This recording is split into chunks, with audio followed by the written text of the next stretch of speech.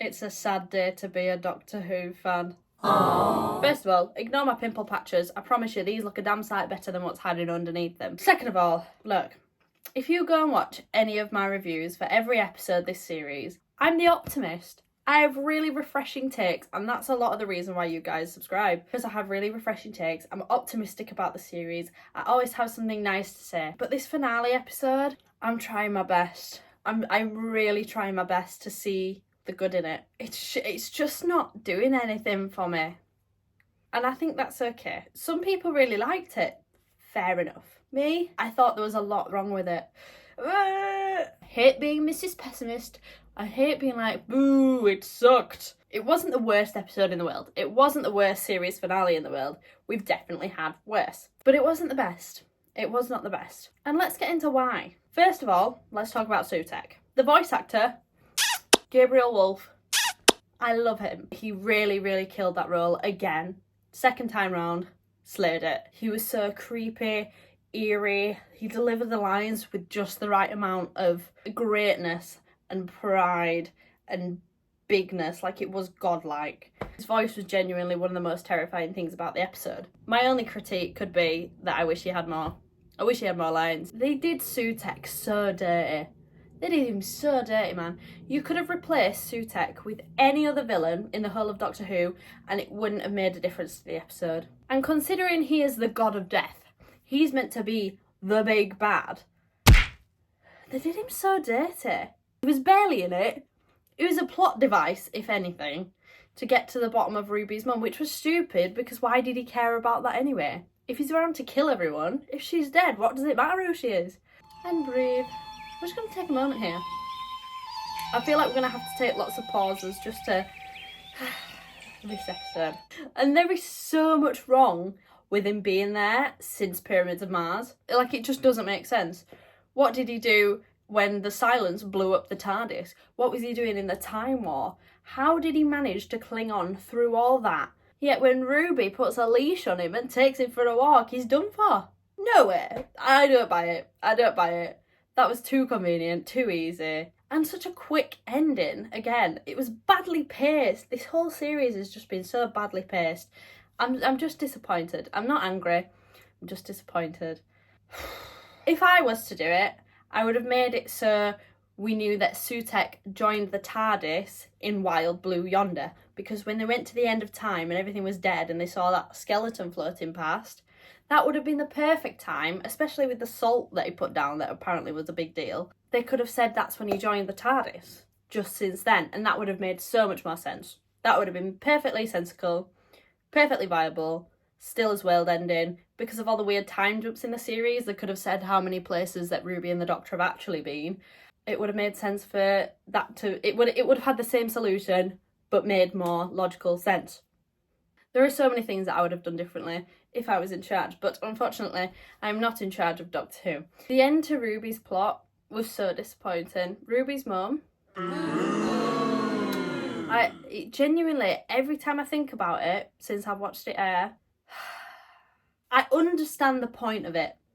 I'm not missing the point. Everything's special if you put meaning to it. You shouldn't put too much meaning onto things. Me. I get it. I understand that was the point. That doesn't change the fact that I don't like it. It's stupid. She was just some random NHS worker. I'm not saying that's a bad thing. We love the NHS, but come on. Why? And then they've been like, well, you shouldn't have put so much meaning behind it. What?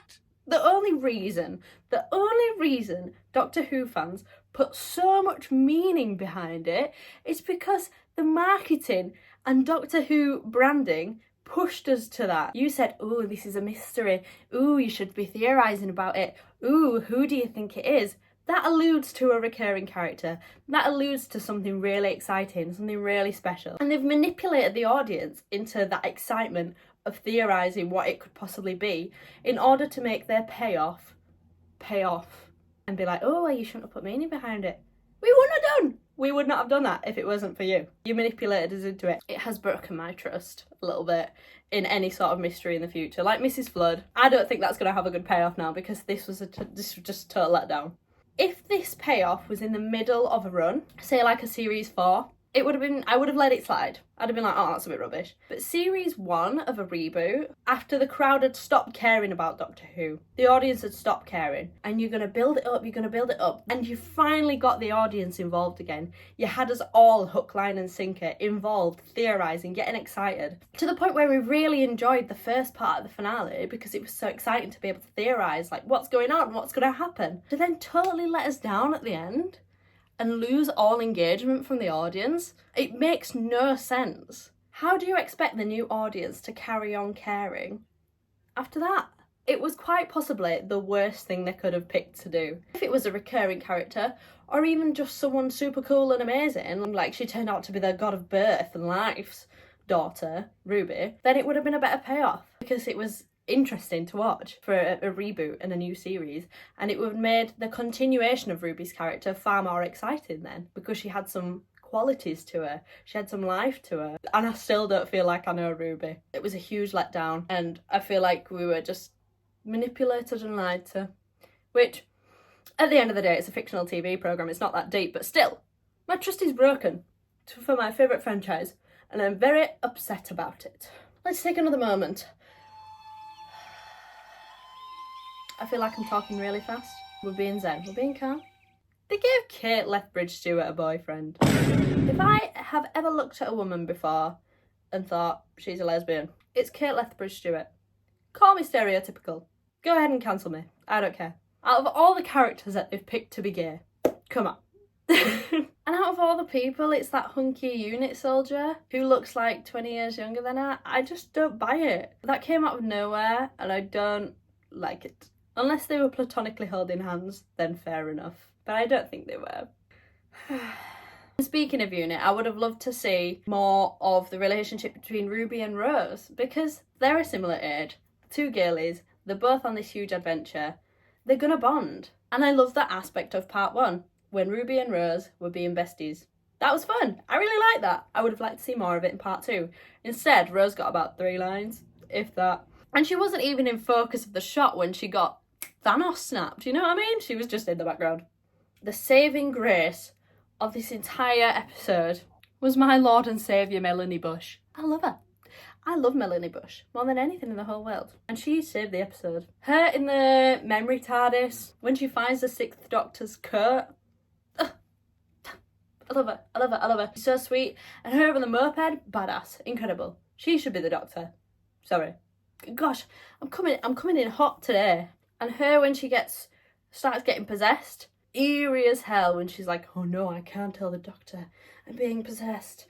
Whoa. I love Melanie Bush. Doctor-wise, I liked Ncuti's performance for the majority of this episode. I like Ncuti as a Doctor. I think he's fun, I think he's fresh, and I think he's greatly in touch with his emotions, which is great for this new era of Doctor Who. Because for the first time, we're seeing the Doctor actually confront the things that he hasn't ever confronted.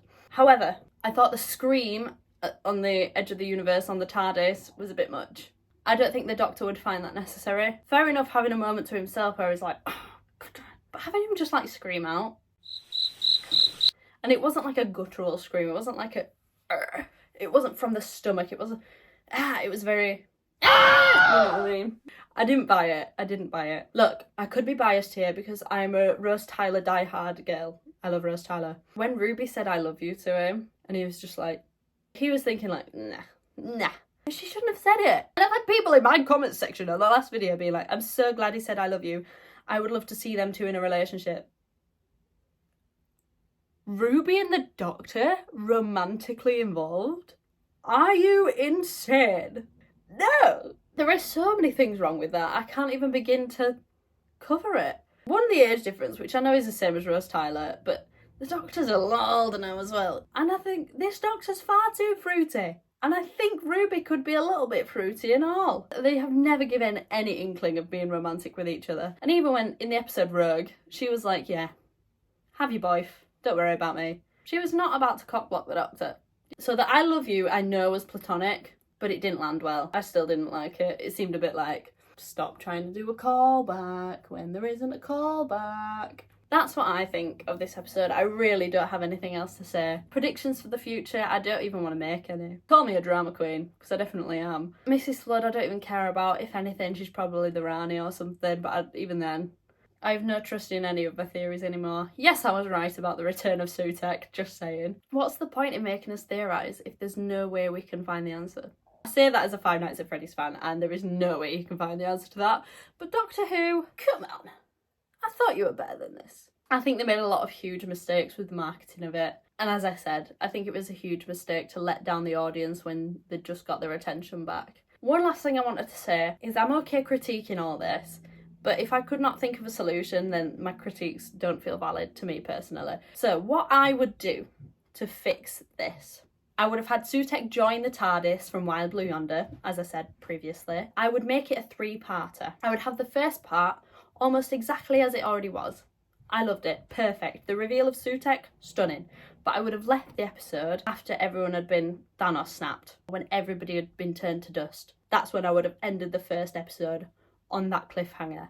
Then for part 2, I would have had just the Doctor, Melanie and Ruby in the memory TARDIS going around the wasteland, meeting people, figuring out how they could possibly reverse this and put a stop to it. And that would have made the woman with the spoon way more necessary. Because why was that Russell T Davies's teaser? A kind woman from far away has something vital. Why is that a spoiler? Like, we don't know who that woman is. That has no relevance or importance. And not to mention, in the actual episode, she was there for 2 minutes. Anyway, sidetracked. So part 2 would be entirely in, like, the Dead universe.